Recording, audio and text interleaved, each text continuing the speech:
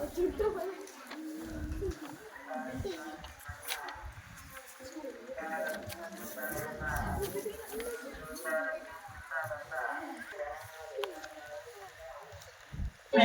सभी श्रोताओं को मेरा प्रणाम।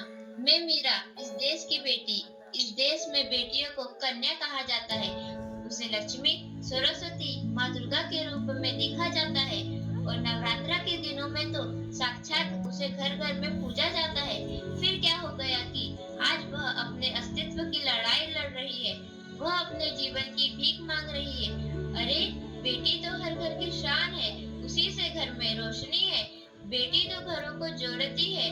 तो आइए बेटियों के सम्मान में हम एक नाटक प्रस्तुत करने जा रहे हैं, जिसका शीर्षक है बेटी बचाओ बेटी पढ़ाओ। मीरा, ओ मीरा, तुमने मुन्ना को कहीं देखा क्या? पता नहीं सुबह सुबह कहाँ चला गया।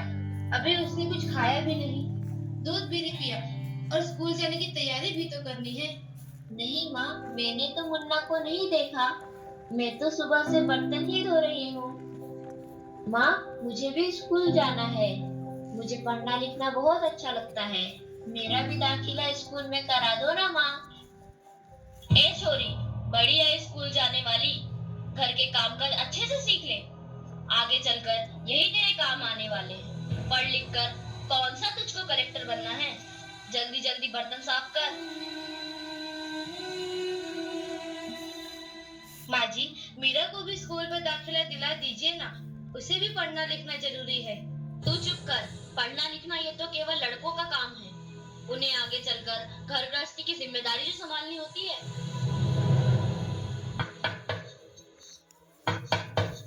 अरे, क्या हो रहा है? कौन किसकी जवाबदारी संभाल रहा है? और हमारी मीरा बेटी क्यों रो रही है? देखिए ना डॉक्टर दीदी, दादी मुझे स्कूल ही जाने नहीं देती।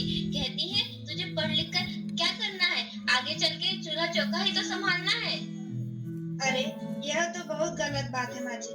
क्या आपको नहीं लगता कि हम बेटियां भी पढ़ लिख कर आगे बढ़े? आज समाज बहुत आगे बढ़ गया है माँ जी। आप किस दुनिया की बात कर रही हैं?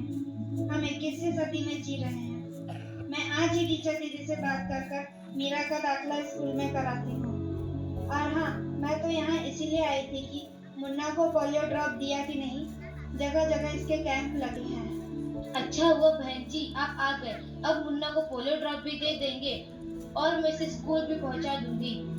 अच्छा मीरा, अब तुम रोना नहीं। तुम जरूर स्कूल जाओगी और एक दिन पढ़ लिख कर मेरी तरह बहुत अच्छी डॉक्टर बनोगी। ठीक है बेटा?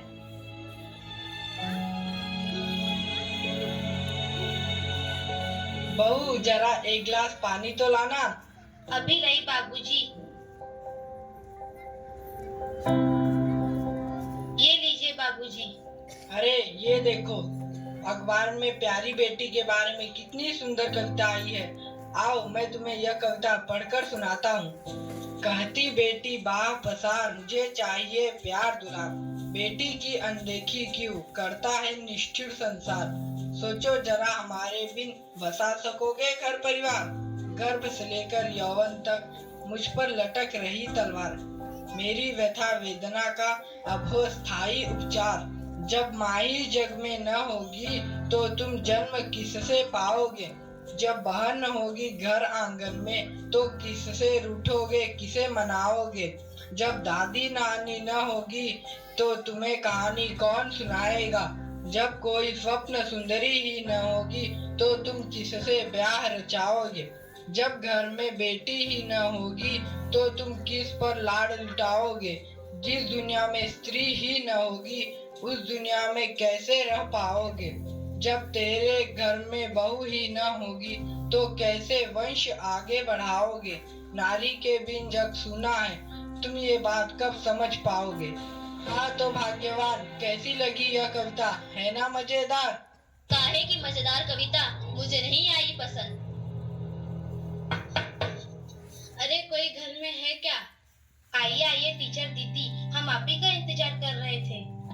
हाँ, जरा मैं कुछ दिनों के लिए बाहर चले गए, इसलिए यहाँ नहीं आ पाई। डॉक्टर बहन जी कह रही थी आपने मीरा का अभी तक दाखिला नहीं कराया। ये तो बहुत होनहार छात्रा है, हमेशा अच्छे अंक लेकर उत्तीर्ण होती है। हाँ, मैं भी तो यही चाहती हूँ कि जाए, खूब पढ़े, पर मेरी यहाँ सुनता कौन है। हाँ हाँ, खूब पढ़ाओ लड़की को और बाहर भेजो। जब कुछ गलत सलत हो जाएगा ना, तो मुंह छुपाने की भी जगह नहीं मिलेगी।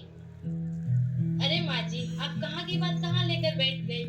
मीरा को 10वीं तक तो पढ़ाई पूरी कर लेने दीजिए, आगे की पढ़ाई के बारे में बाद में सोचेंगे।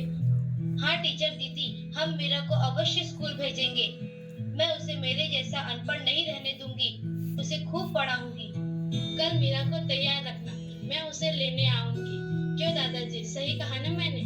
हाँ हाँ बेटा, बिल्कुल सही कहा। मैं तो कब से कह रहा हूँ कि मीरा को भी स्कूल जाने दो। प्रणाम दादाजी। प्रणाम बेटा।